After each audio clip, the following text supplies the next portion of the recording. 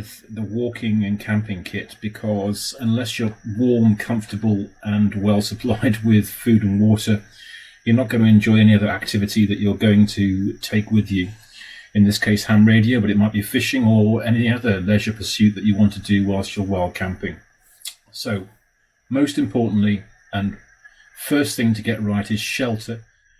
Now, because of my job, I'm used to sleeping, as my wife would put it, under a bush.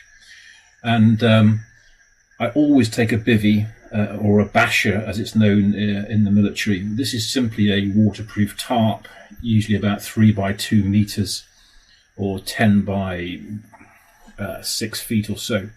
And even with just one of those simple tarps, you can construct a shelter under which you can keep dry.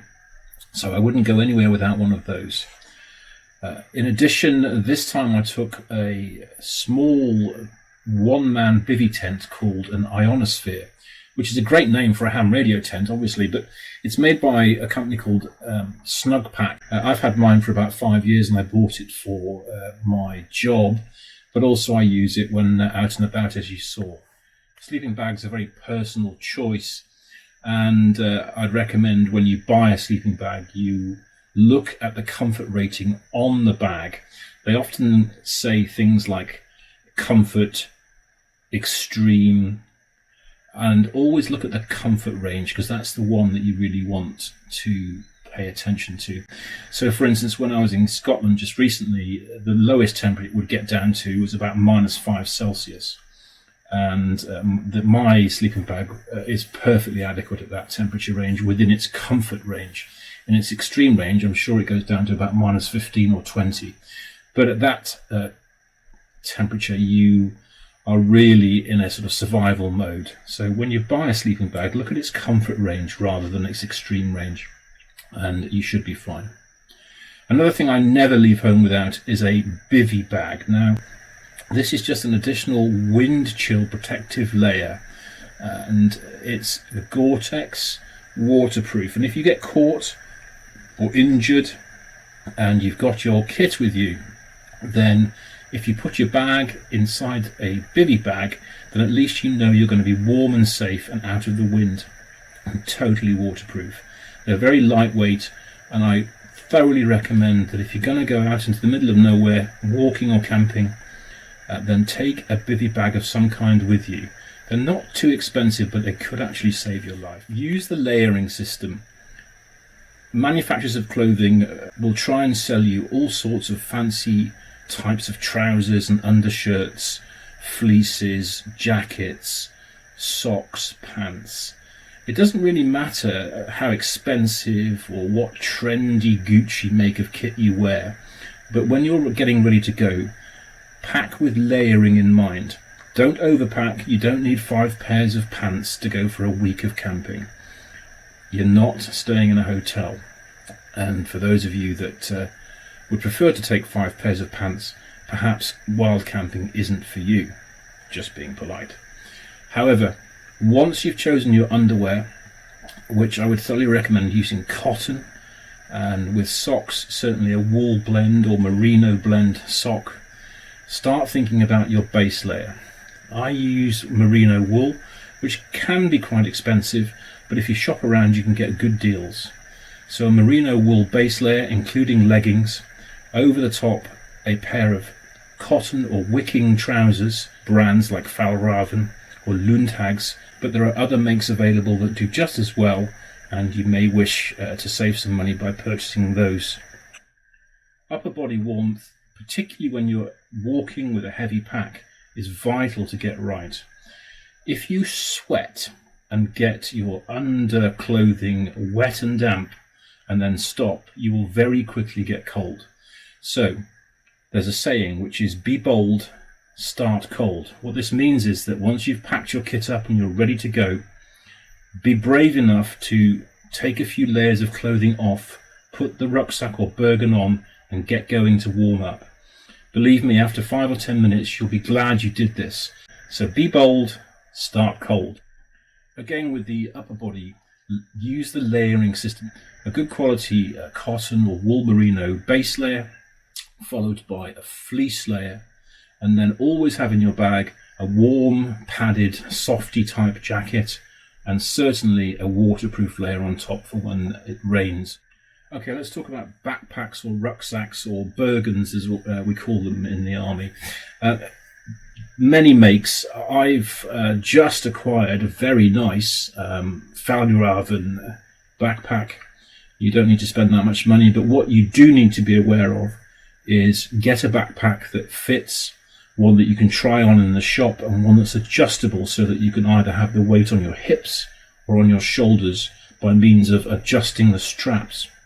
It's very common when I'm walking out with heavy weights that I'll do 15 minutes with the hip strap tight, allow those muscles to get warm and possibly tired, and then readjust and put the shoulder straps tight so that you're using a different set of muscles in your body and you're not going to overly tire out your whole body when you're walking.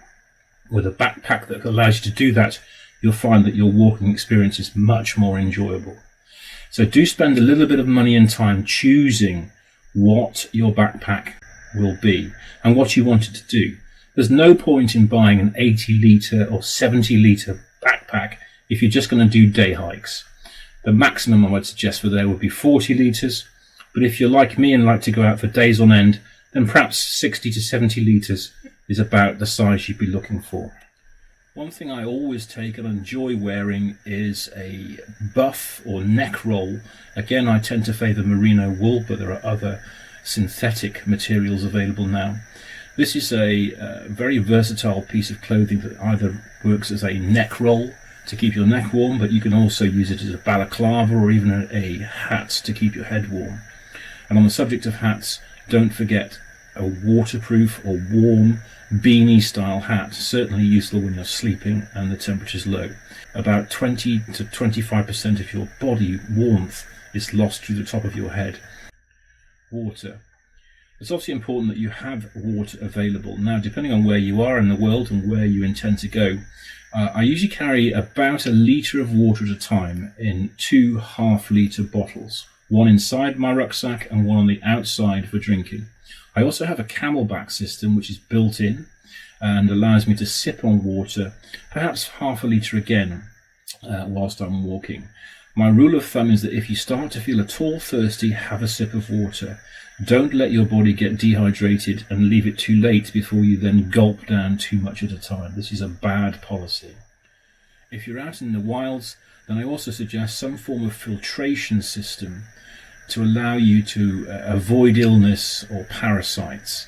Avoid getting ill whilst enjoying your leisure time. That's not much fun. Believe me, I've done that. Food. With camping food, you essentially have two options, either freeze-dried food, which I prefer because it's lighter to carry, or again, boil in the bag wet type food. Very delicious, but slightly heavier. If I'm going for 2 or 3 days only, then I'll take the boil in the bag type food. But for this trip and for trips up to a week or so, I will always take freeze-dried food. There are many companies that do freeze-dried food. One of my favourites is a company called Turmat. That's Turmat. They don't tend to be cheap, but when you're doing this type of activity, the food literally is your fuel. And to enjoy a warm meal at the end of a strenuous day is really one of the delights. And the freeze-dried food allows you to carry good calorific energy intake with minimal weight, and all you need to do is boil some water. So a good option. Another handy hint which I've picked up over the years is I always take flat tortilla or burrito style wraps with me. Now you might say, why would you do that? Well, it gives you some form of a carbohydrate, but it's also a nice way to, for instance, eat a chili or a chicken curry when you add it into a wrap and make a burrito style meal out of it. A tiny bottle of Tabasco also adds to the fun and the flavour of food. And with those 3 elements, you can start to enjoy your diet and don't just simply see it as a culinary requirement or a necessity just to fuel yourself. You can spend a fortune on trail mix and protein bars and all sorts of other things. One of the most important things that I like to take is some porridge oat style for breakfast. high carbohydrate calorific content, gets you going in the morning, and with a good cup of coffee is all you probably need for breakfast. Another good thing to think about is if you're getting up in the morning and intending to move on, pack up your kit, get moving, and do maybe the first hour, hour and a half, or 2 hours of walking, and then stop and have your breakfast and a mid-morning break. The psychological effect of that is that you've already started your journey, hopefully enjoying your day, and you can choose a nice place to sit down and have a meal or breakfast, knowing that you've already made some progress that day. That's something I found very enjoyable over the years of doing long distance walking. Of course, nowadays we all take telephones and cameras and all sorts of other electronic gizmos and gadgets with us. And one of the difficulties when you're off-grid, as it were, is how do you power or recharge the batteries? There are various solar panel options available to you. I use something called a Power Traveller, which is a small foldable solar panel, which did work very well, but you do need quite a good direct sunlight to make it work properly. What I tend to do is put it on the top of my rucksack, and as I'm walking along, the sun charges it, and at the end of the day when I stop, the small power brick attached is now able to recharge, for instance, my iPhone. And when you get to your final destination, there's a few little hints I would suggest worth thinking about in choosing where you want to camp. The first thing is look up above your head, particularly in wooded areas. You do not want to be surprised in the middle of the night by a large branch falling on your head. Secondly, look for a water source.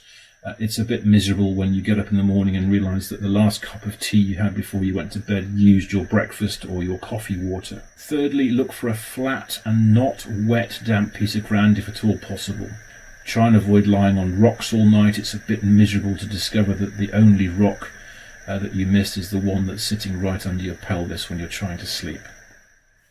And when you do guy your tent, guy it down taut and well. At 2 in the morning when the rain starts or the wind gets up, it's a bit uncomfortable to have to climb out of what is hopefully your warm and cosy sleeping bag and find your boots.